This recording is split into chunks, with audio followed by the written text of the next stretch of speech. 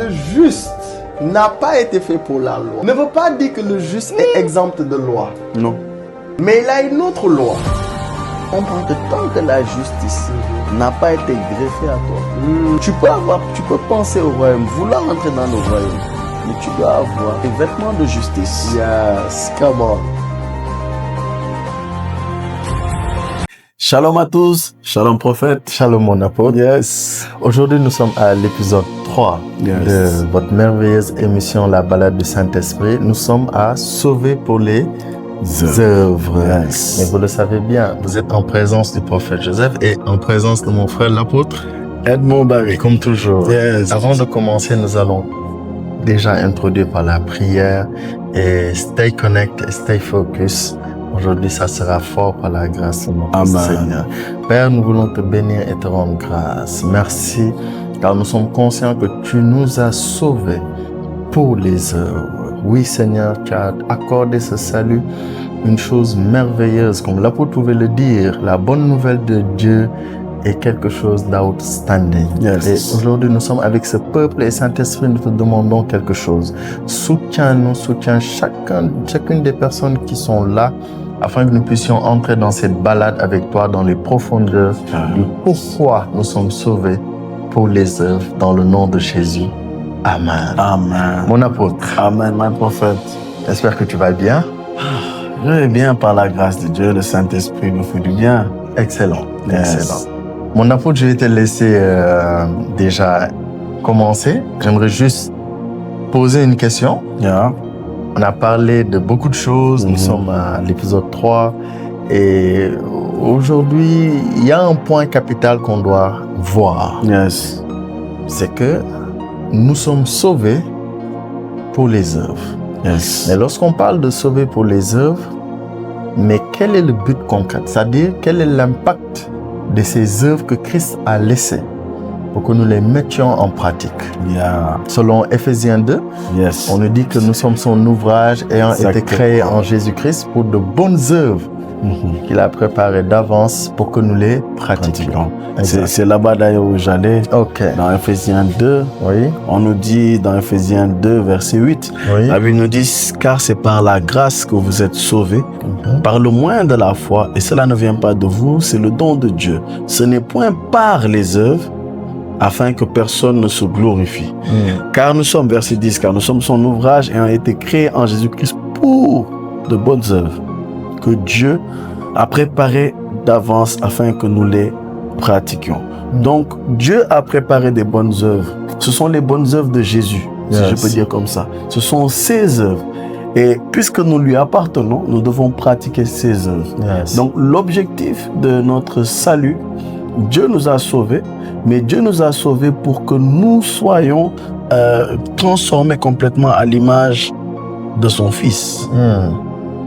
Comment? Je vais le sortir, c'est dans le livre dans l'Épître aux Romains. Oui.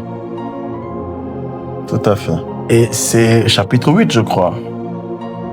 Exact. Karabrazotokoyashante.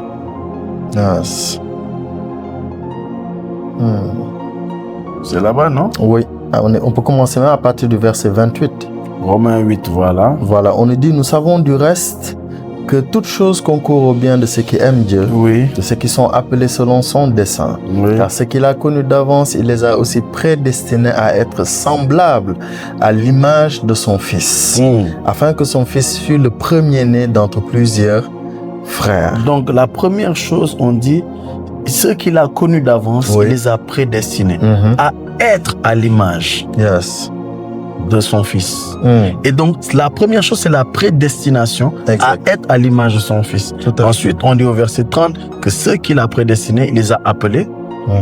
Ensuite, ceux qu'il a appelés, il les a justifiés. Yes. Et ceux qu'il a justifiés, il les a aussi glorifiés. Donc, la première chose, c'est la prédestination à l'image. Donc, les œuvres, il les a programmées, il les a prévues d'avance pour que nous les pratiquions. Ce sont les œuvres de Jésus, son Fils, pour qu'on puisse être à l'image de son Fils, afin qu'on puisse être des témoins dans une dimension d'accomplissement, my prophet. Wow, my God. Et apôtre, le passage que tu viens de prendre, en fait, je me rends compte de quelque chose. Pourquoi le Seigneur revient sur l'image et revient sur les œuvres de Christ? Parce qu'il y a quelque chose que Genèse chapitre 1 nous révèle. Parce que Genèse chapitre 1, lorsque Dieu va faire la création, parce qu'ici on nous parle de création aussi, mais on va voir qu'il y a quelque chose qui était rattaché à cette création. Genèse chapitre 1, je pense c'est à partir du verset 27.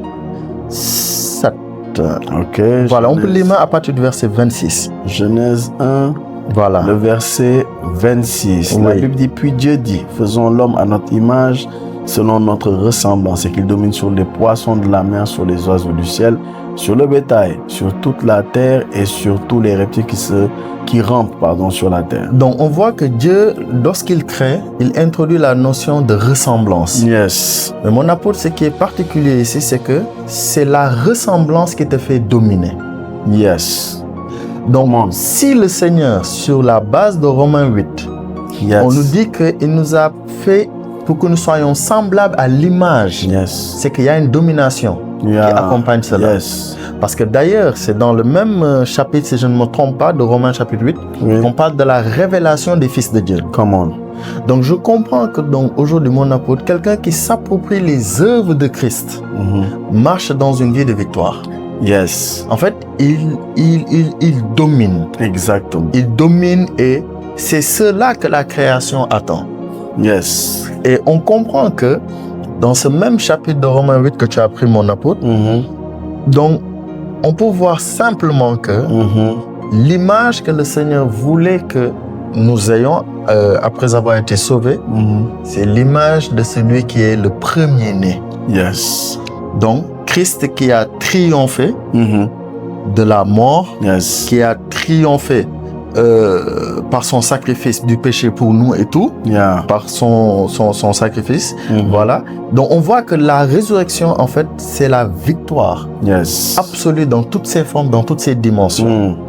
Et j'aime bien parce que la Bible déclare que ce premier-né, lorsqu'il est sorti du tombeau, il faisait encore des miracles. Donc, si nous portons cette image, donc le miraculeux doit être le quotidien. Day by day. Mais aujourd'hui, mon apôtre, il y a peut-être, permets-moi de te poser cette question. Souvent, on entend parler de la sanctification. Mais aujourd'hui, j'aimerais poser cette question. Est-ce que la sanctification, ce n'est pas en fait de s'approprier les œuvres de Christ? En fait, lorsque quelqu'un en fait prend les œuvres de Christ et lui ressemble, en fait, son image est sanctifiée. Comme le Seigneur. Et on voit qu'il y a une transformation parce que, je termine par là, on nous dit dans 2 Corinthiens, le chapitre 3, je pense, voilà, on nous dit juste le verset 18. On nous dit, 2 Corinthiens 3, verset 18. Nous tous qui le visage découvert, contemplons comme dans un miroir la gloire du Seigneur, nous sommes transformés en la même image, de gloire en gloire comme par le Seigneur l'Esprit. Donc il y a une image que nous absorbons. Et cette image, c'est une gloire qui nous donne accès à une nouvelle forme de domination. Donc aujourd'hui, mon apôtre, je comprends que chaque fois qu'on a accès à une nouvelle dimension de gloire, en fait, on a accès à une nouvelle dimension de la sainteté de Dieu. Parce que Dieu est saint. Et aujourd'hui, je voulais savoir, est-ce qu'aujourd'hui, ces œuvres que nous nous approprions de Christ, est-ce que ces œuvres-là ne sont pas une forme de sanctification? C'est très fort ce que tu dis, my prophète. Et ce que tu dis, on peut le confirmer dans la parole. Parce que la sanctification est vue comme pour certains même un combat. Effectivement. Il y a certains qui luttent, qui se disent, voilà, en fait, parce qu'il y a la peur, comme on a dit, il y a la peur de la condamnation. C'est-à-dire, il y a des gens qui veulent la sanctification parce qu'ils se disent que si je continue ceci, je ne serai pas sauvé. Le Seigneur va venir, je ne serai pas sauvé. Effectivement. Et donc, ce qui les motive, c'est en fait ceci. Mais quand on regarde dans Jean 17, le verset 17, C'est-à-dire, c'est le Seigneur Jésus lui-même qui parle de sanctification, Oui. qui explique la sanctification. Mhm. Et il dit une chose, OK. il dit sanctifie-les par ta vérité, Oui. ta parole est la vérité. Donc si la parole de Dieu est la vérité, donc ça veut dire on doit se sanctifier par la vérité, c'est-à-dire la parole de Dieu. Yeah. Donc on se sanctifie par la parole de Dieu. Ça veut dire que, mais dans un sens de vérité. Ça veut dire que en fait la connaissance de la vérité, le fait de s'approprier la vérité, ça nous amène dans la sanctification. Ce qui veut dire qu'en fait, qu'est-ce qui nous a amené dans autre chose que le contraire de la sanctification? C'est quoi? C'est un mensonge. Comment? Donc le vrai problème, c'est un mensonge. Il y a des gens qui luttent avec quelque chose, mais ils croient en un mensonge. Ils croient par exemple en une sainte parole, c'est plus fort que moi. Dans notre sang, dans notre lignée, cette chose est plus forte que moi. C'est vrai.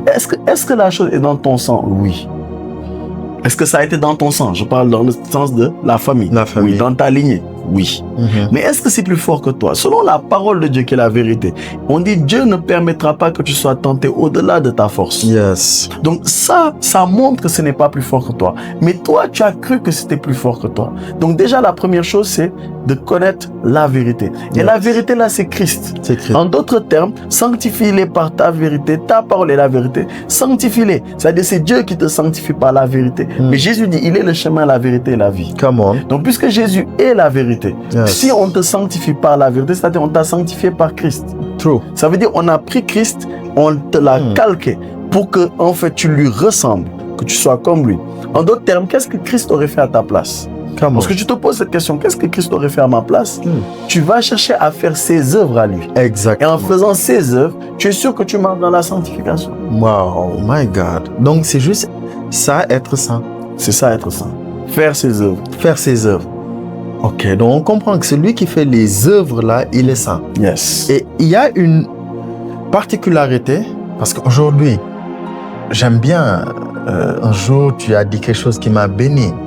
Lorsque tu parlais du tribunal de Christ, c'est-à-dire l'approche du service par la récompense. Pas par la peur, non, mais par la récompense. Il y a une rémunération qui est rattachée au service. Et Hébreux 12 nous dit quelque chose. Hébreux 12, je pense bien, c'est à partir du verset...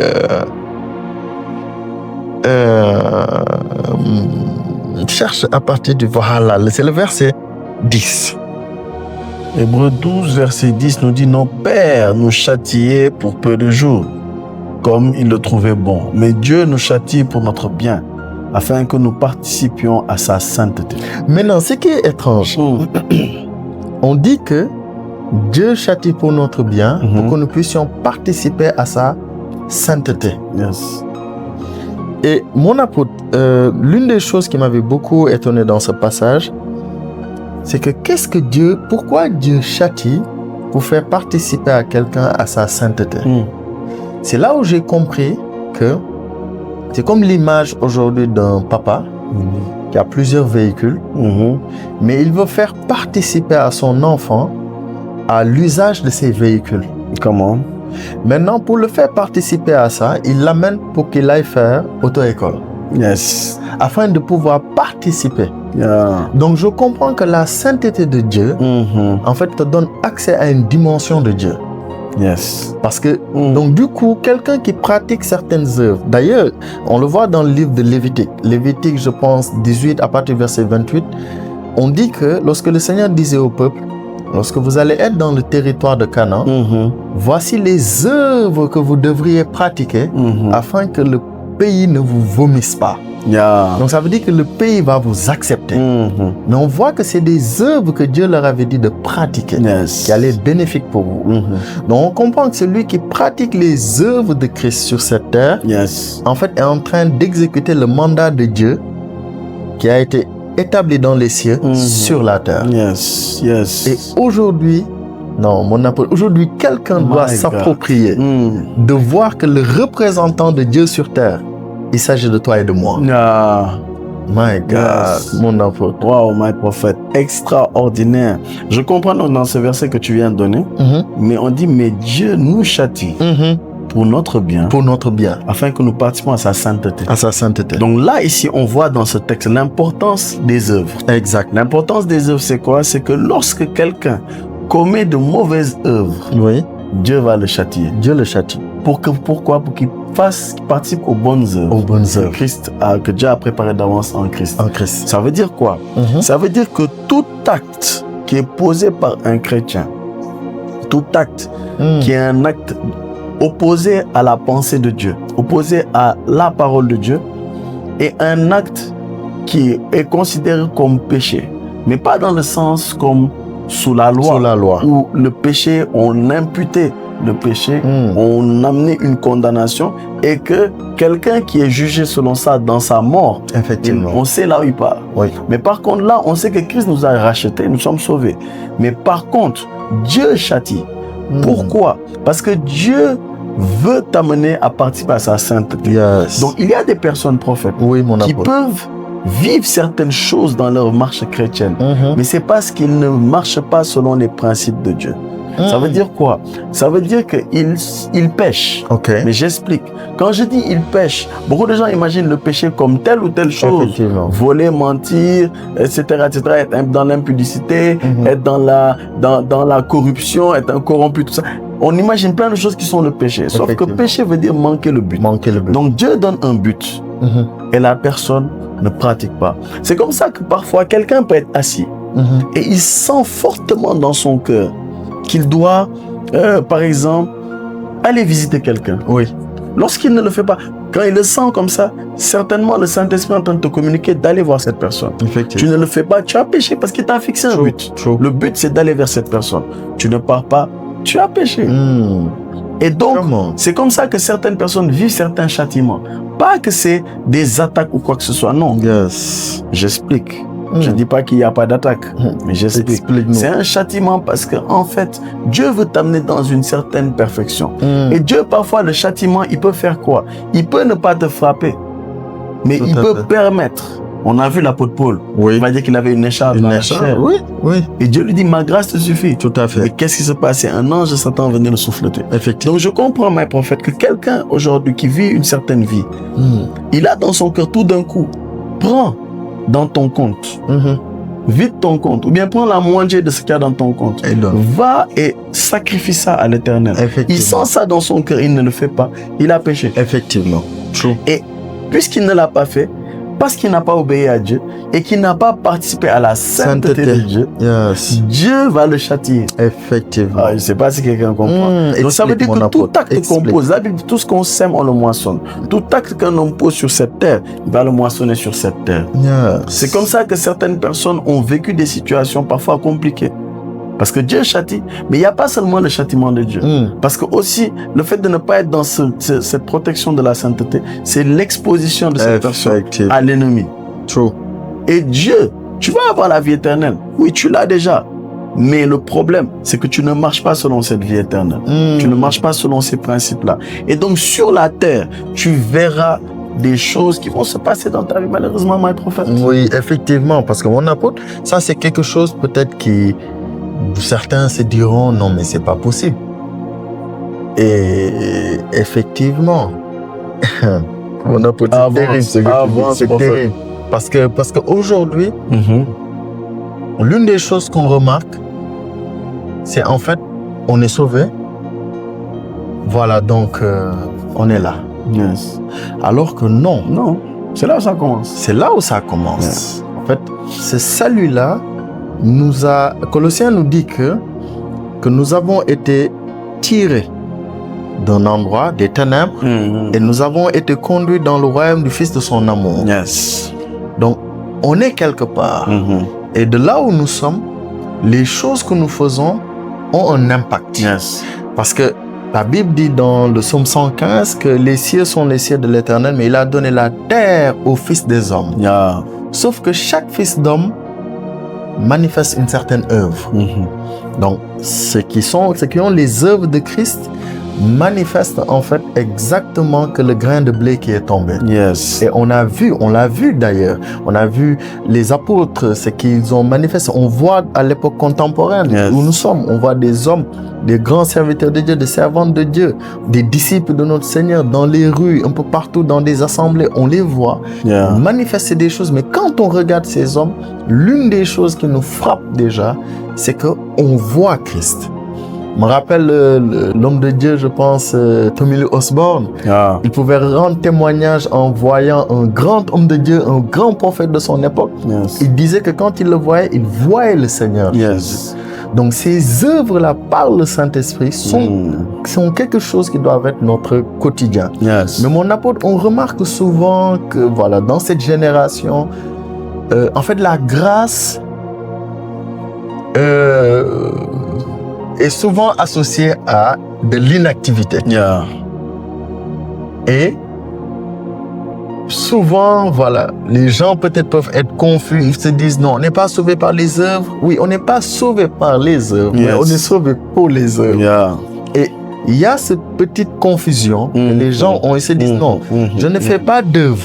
Autrement, je me glorifie. Alors que non, ce n'est pas le cas. Ce n'est pas une œuvre pour que tu sois sauvé. C'est une œuvre de quelqu'un qui est sauvé. Et si vraiment tu peux nous aider là-bas, peut-être quelqu'un se pose cette question. Allons dans Jacques. Ok. Oh, Jesus. Jacques 2. Jacques 2.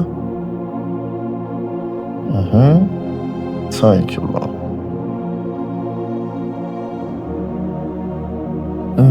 On dit au verset 18 d'abord. On dit, Jacques chapitre 2, verset 18, mais quelqu'un dira, l'un à la fois, l'autre les actes. Eh bien, bon, excusez-moi, je suis dans la version Summer. Excusez-moi. Je reviens dans Louis II. Ok, donc on nous dit, Jacques 2, le verset 18, mais quelqu'un dira, toi tu as la foi et moi j'ai les œuvres. Montre-moi ta foi sans les œuvres et moi je te montrerai la foi par mes œuvres. Je te montrerai la foi par mes œuvres. Ça veut dire que la foi se montre par les œuvres. Comment? La foi qui est en toi. Tu as foi en qui? Tu as foi en Jésus, le sauveur de l'humanité.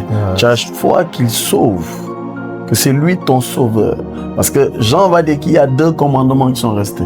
De croire au nom du Fils de Dieu, que c'est lui qui te sauve, et de nous aimer les uns les autres. Maintenant, cette foi-là que tu as, elle se manifeste par les œuvres. Au verset 22, il va dire une réalité, une vérité très forte. Tu vois que la foi agissait avec ses œuvres et que par les œuvres, la foi fut rendue parfaite. La foi est rendue parfaite lorsqu'il y a des œuvres qui manifestent cette foi. Aujourd'hui, quelqu'un peut avoir une foi, mais qui est sans les œuvres. La Bible nous dit qu'elle est morte. Il le dit, c'est...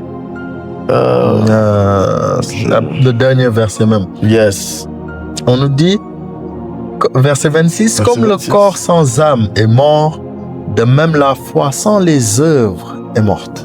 Le corps sans âme est mort, de même la foi sans les œuvres est morte. C'est pourquoi aujourd'hui, il est impossible que quelqu'un soit né de nouveau. Il est impossible que quelqu'un soit né de nouveau et qu'il ne manifeste pas les œuvres de Christ. Peut-être il ne manifeste pas tout. Effectivement. Et c'est avec le processus de la méditation de la parole qu'il va apprendre à mieux, comme l'apôtre Paul dit, soyez mes imitateurs comme je suis imitateur de Christ. En fait, c'est avec le temps, la révélation. Mais quelqu'un qui a accepté Jésus immédiatement, je donne l'exemple de Zachée. Zachée va arriver, il sait que c'est Jésus. Il ne croit pas au salut par ses œuvres, lui. Mais il a mis tout son espoir dans le Messie. On lui fait comprendre que le gars là, c'est certainement le Messie. Zachée monte sur un arbre. Voilà, je peux dire la dernière œuvre de Zachée. C'était ça. Et quand il est monté, Jésus lui dit, mais descends de l'arbre. Il descend, il lui dit, je vais souper chez toi aujourd'hui, je vais venir manger chez toi. Lorsque Jésus dit ça à Zachée, il rentre dans la maison et Zachée, immédiatement, les œuvres de Christ commencent à se manifester. Ça se manifeste. Pourtant, il n'était même pas encore né de nouveau parce que Christ n'avait pas encore été glorifié. Tout à fait. Il vient, il dit directement, parce qu'il est en contact. C'est pour ça que Jésus a dit le salut est rentré dans la maison. Tout à fait. Parce que Zachée commence à sortir les œuvres. Il dit, si j'ai fait du tort à quelqu'un, je vais lui rembourser tant. Et je vais prendre tant de ma fortune, je donne aux pauvres. En fait, ça, c'était les œuvres de la foi. Yes. La foi est forcément accompagnée de ses œuvres à elle. Les œuvres de la foi. Pas tes œuvres. Ce sont les œuvres de celui en qui tu crois. Yes. Wow. Donc, c'est pas tes œuvres qui te sauvent, mais ta foi produit en toi de bonnes œuvres. Yeah. La foi produit de bonnes œuvres. Une foi qui ne produit pas des œuvres, en fait, elle est morte. C'est que réellement, ce n'est pas une foi. Ce n'est pas une foi. Parce que la foi en Christ produit forcément des œuvres. Exact. À un moment, tu as envie... Je donne un exemple. Je veux donner cet exemple, My Prophet, et je te laisse la parole. Avance-moi. Là, des gens sont là, peut-être, ils ont regardé des films, ou bien des dessins animés, ou bien... Voilà, des séries manga ou des choses comme ça. Yes. Et quelqu'un est là, peut-être il a regardé Spider-Man, Yes. Batman, Superman, etc. Mais à un moment donné, je pense que tout jeune homme a vécu ça. Ouais. Il y a un moment où tu t'identifies à un super-héros et tu as envie de lui ressembler. Parce que tu es tellement dans l'admiration de ce qu'il a fait que tu t'identifies à lui. Au point où tu veux même avoir le déguisement, l'équipement Tout à fait. de ce super-héros-là. Et tu veux lui ressembler. Pourquoi? C'est simple. Parce qu'il y a quelque chose qui a été injecté en toi. Yes. De la même manière, quelqu'un qui réellement, on lui a vraiment présenté Christ, il a envie de ressembler à Christ. Il a envie de ressembler. Il a envie de faire comme Christ. Ouais. Il y a des situations où il a la possibilité de faire des choses, mais à cause de Christ, il dit je ne vais pas le faire. C'est vrai. Donc quelqu'un qui est vraiment né de nouveau, il va chercher à faire les œuvres de Christ. Wow. My Prophet. My God. Mon apôtre. Et c'est juste... Donc aujourd'hui, quelqu'un ne peut pas dire... Donc je comprends que la foi n'est pas de quelque chose du domaine de l'intellect. Non. Parce qu'aujourd'hui, on sait que si il y a cette connaissance de j'ai la foi, mais il y a quelque chose de plus grand. Yes.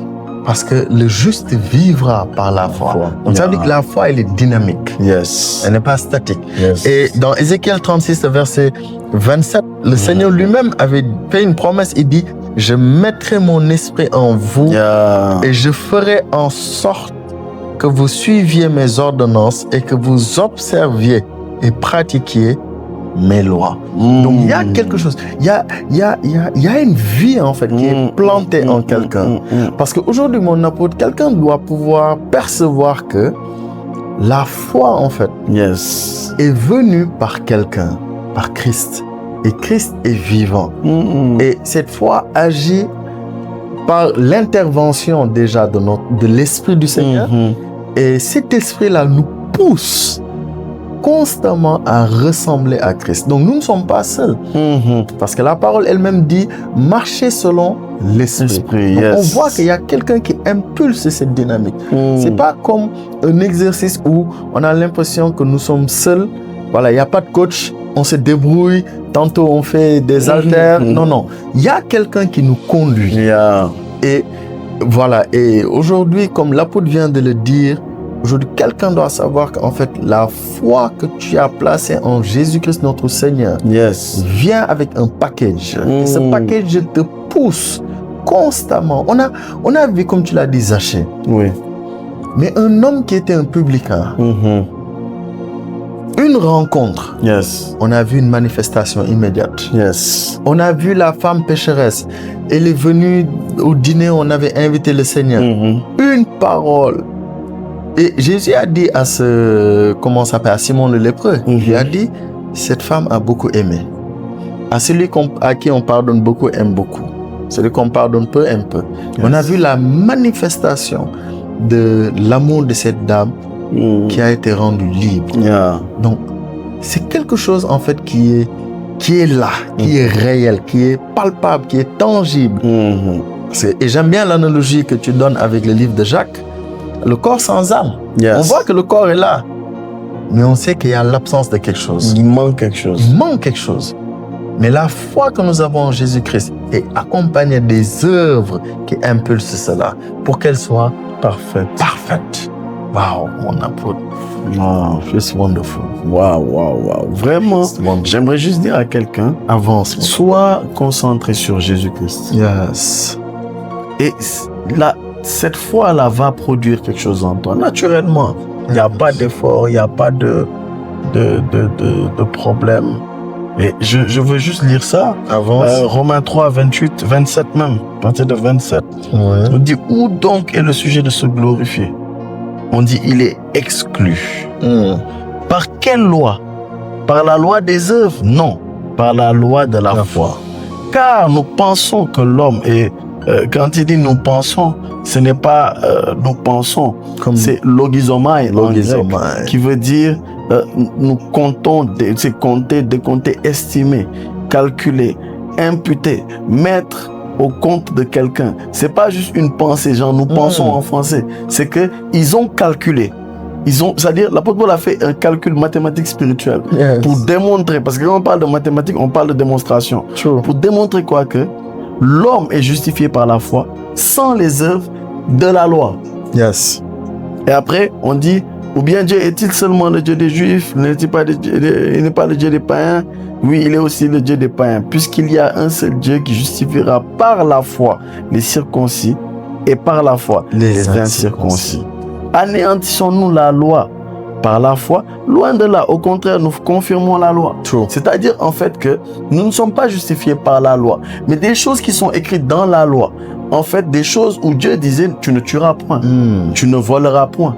Dieu le dit, mais aujourd'hui, nous, ça ne veut pas dire que parce qu'on est sauvé, maintenant on n'est plus sous la loi, on ne va pas faire. Par exemple, tu ne tueras point. Non, on ne tue pas. On ne vole pas.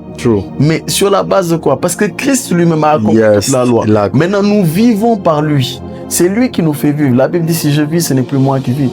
C'est Christ qui vit en moi. Ça veut dire que chaque pas que je pose, c'est Christ. Donc aujourd'hui, ma sanctification, c'est Christ. Ma justification, c'est Christ. Tout ce que j'ai fait, c'est Christ. Hébreux 10 nous le dit. Nous avons été sanctifiés une fois pour toutes par l'offrande du corps de Christ. Une fois pour toutes. Une fois pour toutes. Et il nous a amenés à la perfection. Donc, my prophète, c'est un peu ça. Aujourd'hui, nous avons cette grâce-là de pouvoir avoir la vie éternelle et de savoir que sur cette terre, nous devons manifester cette vie éternelle par des actions, par des œuvres qui montrent qu'effectivement, le Dieu dont on parle, qui est le Dieu vivant, il vit en moi. Et la preuve qu'il vit en moi, voici. Il dit, je vois mon Père agir, j'agis. Et c'est ça, en fait. Nous sommes sauvés pour les œuvres. Pour qu'il a dit, celui qui croit en moi fera les œuvres que je fais, il en fera de plus grandes. Donc on fera ces œuvres. Et on fera même de plus grandes œuvres.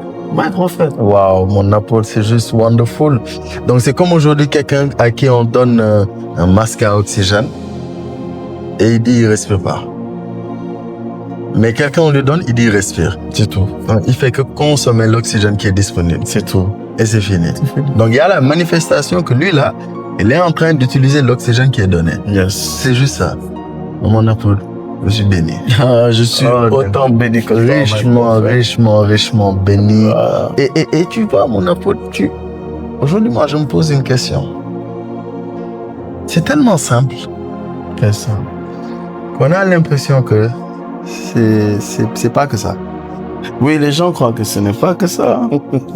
Les gens disent que ce n'est pas que ça. Ah, mon apôtre. Non, je te laisse voilà, terminer mon apôtre. Nous allons juste rendre grâce et prier. Ok.